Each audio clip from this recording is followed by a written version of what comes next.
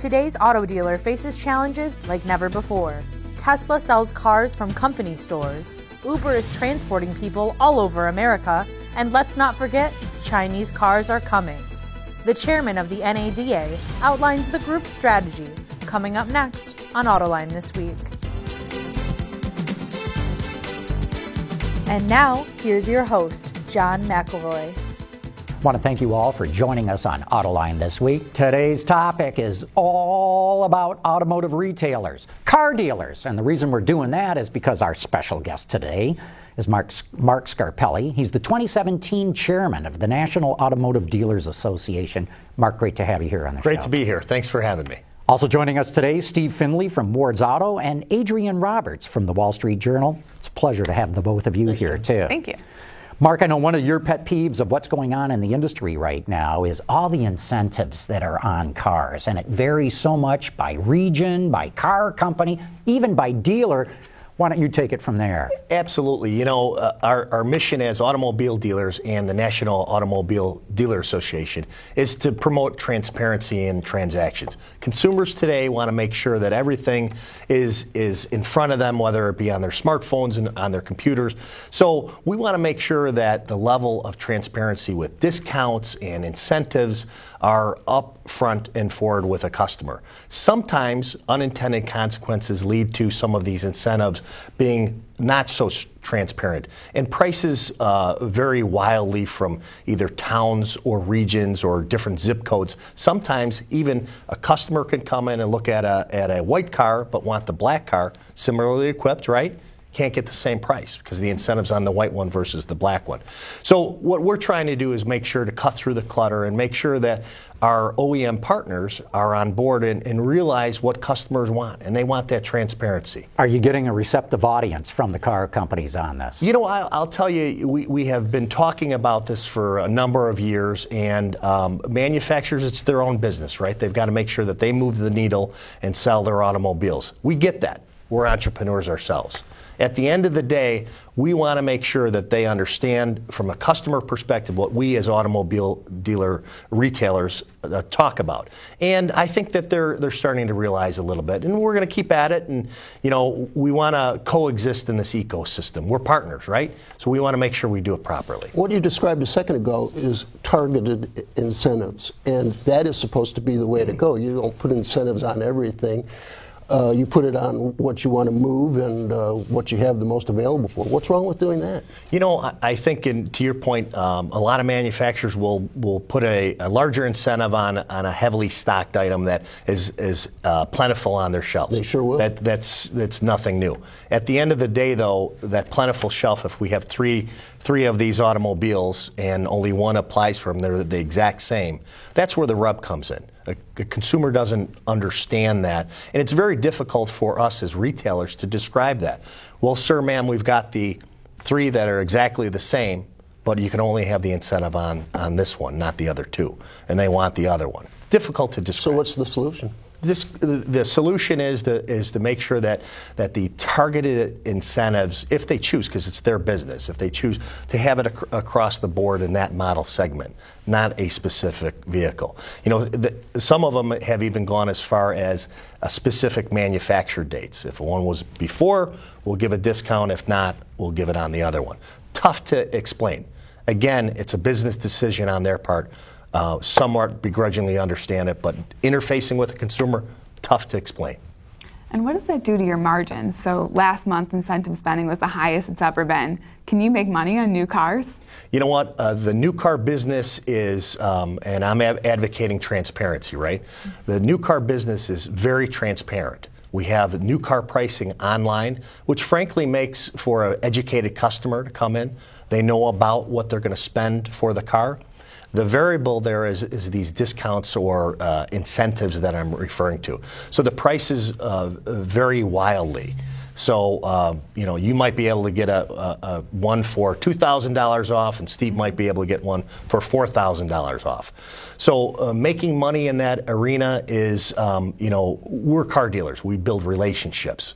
We would like to have the customer come back for servicing and buying a second or third automobile for their son or daughter going into college or a company car. You know, we're not in it for the short haul. we're in it for generations. I come from a family that's 2 generations long, almost 60 years in the car business. I'm proud. Well, what's interesting, the question you asked is like, where's that margin between what you buy the car for and what you sell it for? It gets smaller and smaller. A lot of it is in internet pricing transparency. But the bonuses, if you hit your targets that dealers get from the automakers, has become this revenue stream that wasn't as much as before. So talk about that shift. That's a big shift as to where the money is coming from. Well, we're talking about margins. The margins on a new car, to both of your points, the margins on a new car are razor thin. Right. They're not as robust as they had been. So that avenue with transparency on the internet has closed. People know what the MSRP is and what the cost is. So that window is very tight. Then you talk about the manufacturer to dealer incentives. When a dealer prices their automobiles, whether it be online, newspaper, TV, whatever, that's in the sauce, if you will, right? That's baked in. So that is priced into the discounted price as well. So while on the surface it may seem as though it's there's a little bit more in margin there, that's passed along to the consumer. Because the car dealer, believe it or not, believes in transparency. We need to sell those automobiles in large volumes. So it really doesn't no good for us to hang on to that money. We need to sell the automobile. And yet dealers have always been a place where people go to haggle over the price of a car. They may not haggle on anything else much in their purchasing, but in cars they do. It's always been part of the business. So what's really changed? What if I went in and haggled better than these two did and got a better price? That's the way it's always been. You seem to be suggesting there's a change now. And I might add, they also say they don't like to haggle, but when they go to the dealership, they do haggle. Want to. So, what they say and what they do are two different things. Yeah, in the haggling part of it, or have I got my best deal, is exactly what you said. When they come into the car dealership, there's a certain more amount of haggling or horse trading going on. At the end of the day, we all want to feel good about the transaction, right? So in our world, the customer is king or queen. They walk out and they win. That's what we want to have happen. We're there to sell cars. We're not there to hang on to these. So we want to make sure it's a win for everybody involved. And, the shift or dynamic that you talk about, everything is so transparent today. So we want to make sure that we are transparent. There's going to be no holding back and making sure that we give all the information first. Because if we're not transparent, guess what? You can go to another car dealer. Mm-hmm. They want to buy from us. We want to buy from us. Yeah, so is that how the dealership experience is changing because of this? If you have a customer walking in and they have all this information and they say, I know I should be getting this deal, how do you serve them as opposed to a customer before who knew nothing and was just perusing the lot for a car? Well, I'll answer that in 2 ways. Previously, the deal and the customer experience is a state of mind, right? Mm-hmm. When you buy an automobile, it's an emotional purchase. So if you walk out and you felt as though you got a good deal, you got a good deal, right? Mm-hmm. In today's world where there's transparency and everything is online or you can get the information, in our world, it's even better. And it's even better because the customer is educated. We don't have customers coming in so much anymore and saying, I want $10,000 off on a car. That customer is educated, and rightfully so. We can get together on a number, and our expectations are the same. They want to buy a car at a good price. We want to sell and service them throughout their ownership experience. So it's a win-win for everybody. Mark, there's been a huge increase in the amount of leasing that goes on. And in fact, some analysts are getting worried about so many cars coming off lease every year right now. I think this year, 3.5 million cars are supposed to come off lease. In another couple of years, it's going to be 5 million cars a year coming off lease. Some of the analysts are saying, hey, that's going to drive down used car values, that's going to drag down new car values, and that's going to end up with fewer new cars being sold. Do you buy that? What do you see going on? Well, historically, some of the information that you just said, historically, those things have happened. I think some of the OEMs and retailers have figured out they're doing lease programs on select vehicles, whether SUVs or cars, and making sure that the market and the car market is stable for those particular brands. So I think they're going to be able to keep the residual values a little higher than they had. No doubt, when there's a lot of vehicles coming off lease, the market changes a little bit. It's more of a buyer's market in some cases, but again, time will tell too. Economic conditions change, interest rates, gas prices. I could throw 5 other things at it, but we'll get the crystal ball out. But what's your take on used car leasing? Some people say its time has come. After not going anywhere for so long. With the price of a new automobile, which is about $34,000, we're all about consumer affordability. And in today's market, $34,000, while seem like a lot of money, and it is, the incentives that are out for customers, whether it be low financing or actually the price of the car, based off of 20 years ago rate of inflation, we've actually bucked the trend. It's really quite affordable. So manufacturers are making sure that new cars are still affordable. Used car leasing, over the years there's been a lot of talk about it. It just frankly has not been embraced. They're usually subsidized by the new car manufacturers. They want to sell new cars. Yeah, that's the bottom line. Now the other side of it though is it was at one point considered very hard to predict the residual value of a car going that far out. But now with technology and inventory management and stuff like that, it's easier. So that even though the manufacturers might not be thrilled about the prospect of used car leasing, the technology makes it a little more doable. And there are some lenders in the market who are talking about used car leasing and trying to embrace it. Time will tell if it really is a viable product. At the end of the day, the consumer is going to be driving that car or truck, right? So they're going to dictate whether they're like used car leasing or not. With all these cars coming off lease, it seems like more people are going to buy used cars because it's going to drop the values. How does that change the way you think about the business and dealers across the country? Are they more focused on selling used cars, and does that become a bigger part of their business? Well, running a modern car dealership today is a lot of business centers under one roof. You have parts departments, you have service, you have new car sales, used car sales, some have body shops. So it's all encompassing. You have to make sure that all of those departments are viable. The used car part of the business for sure is very important. It's a area where an automobile dealer can offer a nearly new product with a 72-point inspection or 125-point inspection to a consumer who may not necessarily be looking at the new car market and can't afford that number, whatever it may be. So it's a reasonable alternative. So my answer to it is I think the modern day new car dealer is good in a lot of areas, including used car sales. Mark, one of the big trends we see coming in the industry now globally is the push to electrification. Every single car company, it seems, is turning around and saying we're going to electrify our lineup in the next 5 to 6 years. By electrify, meaning plug-in hybrid or pure battery electric. And yet the sales aren't all that great. This seems to be pushed more by regulatory demand than it is by consumer demand. And yet some environmentalists criticize car dealers for not doing a good job of selling the EVs that they've got on their lots. Sure. How do you see it? I'll tell you, again, I hate to keep saying the same mantra, but the consumer drives the car, meaning that we go with their demand. We have a full shelf of hybrids, electrics, combustion engines. We will sell what the consumer wants. We have sales seminars, we have training on all of those products. And in fact, we love the technology. They're on our lots. But the fact of the matter is, you look at gasoline prices, they're very affordable. The price of an EV versus a combustion type automobile is sometimes a third more, sometimes half more. So again, it's driven by consumer demand. We as automobile dealers will sell an automobile that a consumer wants, whatever it is. We don't discriminate.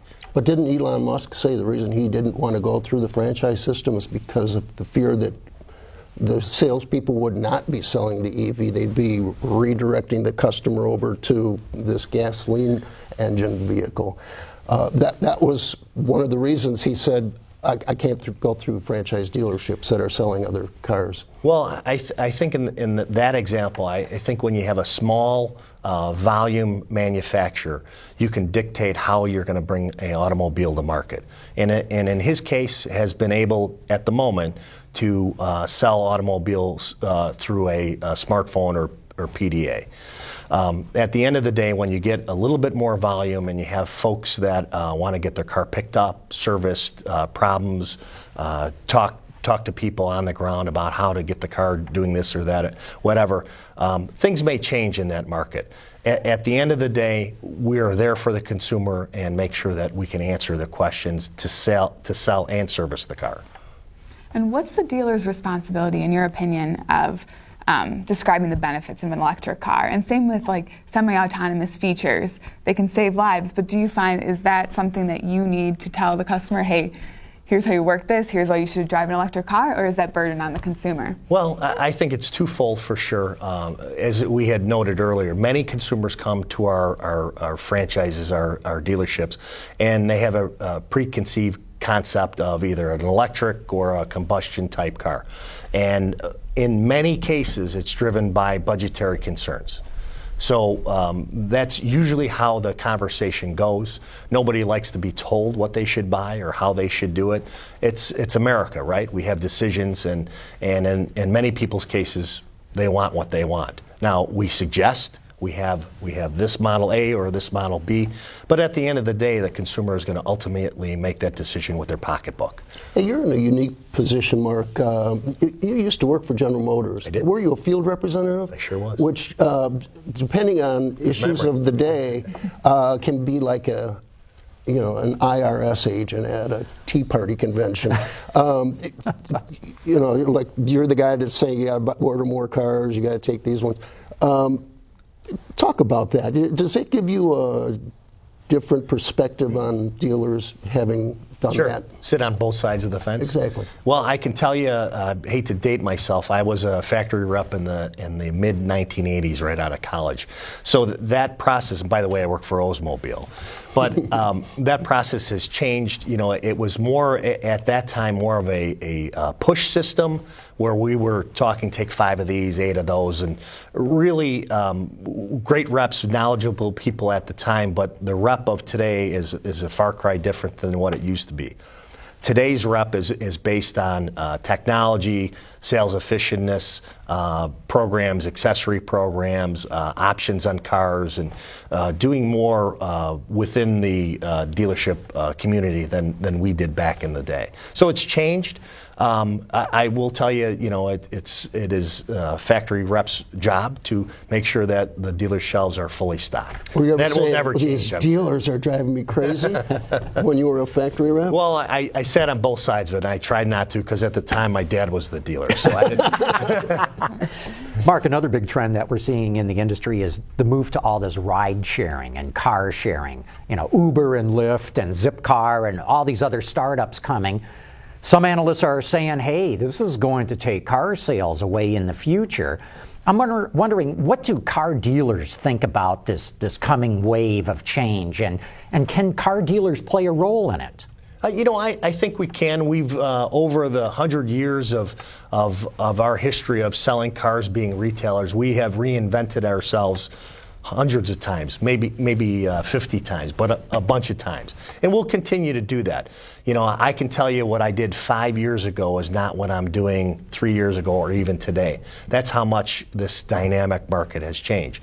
This is just another avenue that at the end of the day, the consumer will dictate how cars and trucks are bought and sold. And it remains to be seen if they'll embrace it. There are certain areas and certain test markets that are being accepted, other ones that are not. So the ride share, the sharing of the car, kind of like a timeshare kind of thing, on the surface it all sounds great. But at the end of the day, you park your automobile and then you have somebody else take your car and they drive it for 2 days and you get the car back, what condition it's going to be in. Are you really going to want to do that? The other part of this whole thing too is autonomous cars, and they're all developing, but our infrastructure around America, is it ready for it? Our bridges, our road systems, the electronics, safety, all of those things have to be considered. The charging capabilities around the country. Are you ready, as a consumer, are you ready to go from a 2-minute fill-up or a 5-minute fill-up with gasoline to a minimum of 15 minutes parked somewhere, maybe waiting in line because there's 10 gas stations to maybe 1 electrification type refueling point. Those are all things that on the surface we don't get into, but when you get down deep into the woods, start thinking about it. And we all need to think about that. I'm not saying we don't like it, but these are things we all need to think about deep. Yeah, because, if ride sharing is really going to catch on, you're going to have car service in every community. You're going to need acres to park these cars on at night when they're not being used, and you're going to need service space to keep them up and running. And when I look at those criteria, car dealers seem to be in a perfect position. Absolutely. And if you look at the statistics, and I don't have the exact number, but the average American, even if they're not driving the car, I think the statistic is 80% of the time or 75% of the time the car is parked, right? But those other times, you jump in your car to go wherever 6 or 8 times during the day. So if you're going to hail a car, right, a ride share, get the autonomous vehicle to come and get you, you're going to do that 8 times a day or 6 times a day. These are all things that, getting a little deeper below the surface, should be thought and talked about. So how do you see your business model changing over the next 10 years here? Do you see the dealership being used for inventory management, or do you think at the end of the day people are still going to come in and buy new cars at the numbers they are now? Yeah, as I had mentioned earlier, I think it's evolving for sure. With the advent of the internet and people, how they shop today, that's evolving, that's changing. Maybe some online purchases and all of those kind of things. But at the end of the day, as I said in one of my opening comments, buying an automobile, whether you found it online or however you found it, it's still an emotional purchase. You still want to come in and get behind the wheel, smell that new leather, drive it, right? See if it's got some horsepower, see how the trunk pops, how can I interface it with my telephone. Those are things that have not been able to be replicated at the moment, and it's going to be a tough way to replicate it other than really getting with the car and feeling the car. Steve brought it up earlier, Tesla not going with the franchise dealer route, they're going with their own stores. How do you assess what they've done so far, and do you perceive them as a threat? Well, you know what, as I had mentioned earlier, it's a different business model, different perspective. They have a relatively small car park rolling around the country. If they ever do get up to a bigger volume, they've had some problems with their Model 3, I understand, with assembling it and those kind of things. So jury's still out on that model. Our system, which has been in place over 100 years, is the standard for the industry. People in Europe and China want to replicate what we have here, meaning automobile dealers where people come to buy cars, service cars, and it's a point of entry and it's a relationship. At that point with Tesla, it's just not happening at the moment. You're the chairman of the NADA, the National Auto Dealers Association. What are you hearing about the Chinese? I mean, they've got to have an eye on this market. The Chinese market is far bigger than the U.S. market now, but the U.S. market is far more profitable than the Chinese one. Interesting you mentioned that. We traveled to China 2 or 3 months ago. We were in Hong Kong and Shanghai for about 10 days. We visited their auto show and talked to many Chinese automobile manufacturers. And they have a couple directives. One of them is electrification in their market. One executive put it to me like this: we have a young market, a immature market, where many people in our country don't own an automobile. So if we want to come to market with a combustion engine or an electric car, we can do that. They've chosen an electric car. They can essentially dictate what's going to be sold there. So that can happen in their market. As far as coming to our market, another auto executive said, you know what, the U.S. is not the biggest market, but it is the market. If you make it in the U.S., you can make it anywhere. Well, but so it's they very have hard. Aspirations to come. It's very hard to make it in the U.S. Absolutely. Though. It's also the most competitive market, and it's not a growth market. I mean, you're going to on a really good year, you're going to hit 17 million or so. That's supposed to go up a little, but there is this max out that there isn't so much in China. So they might find it a little harder to do business in this country than they thought. China is 28 million, I think, something like that, as far as a market. So it's a huge market. 28 million vehicles, yeah, Absolutely. Right, and still growing. Yeah. So when do you think the Chinese will be here? You know what? We have some indications. As a matter of fact, the manufacturer would like to come to the NADA show in Las Vegas in March. So they are going to be on display Has that ever happened at our show. before? It'll be the first time at our show. They have had some debuts, and I know that they've been to the Detroit Auto Show and possibly a couple others around the country. But I think they're, I was in China maybe 8 years ago. They had talked about coming. I think they're a little bit more serious now, and I believe that the government has given them the green light. So, you know, I expect to see some Chinese entries. Ours or theirs? I believe theirs. Right. But clearly, they need to learn the U.S. franchise system if they want to be big players here, and that's why they're contacting you? Absolutely. You know, part of our reason to go there was to reach out to manufacturers and talk to them about selling automobiles in the U.S., and they were very interested on how to reach our market, how to become dealers, what they should look for, and those type of things. So in our way, we're helping them and understanding basically what the franchise system is, how automobile dealers network in their markets, how they have people who work for them who live in their towns. You know, we contribute to baseball teams and all of those other things, which make a heck of a lot of sense versus a corporate center located somewhere else. Well, Mark Scarpelli, it's been great having you on this show. We're going to have to wrap this up here now. We never really established you are a car dealer. I am a car dealer. And you got how many stores? You know what? We have 4 stores. We have 2 Chevrolet stores, Kia, and a Chrysler, Jeep, Ram, Dodge store. I should have established that at the very beginning of the show, but thank you for saying so. Mark Scarpelli, thanks again for being on. Steve Finley, Adrian Roberts, want to say how much I appreciate having you guys on here too. Thanks for being here. And of course, want to thank all of you for having tuned in.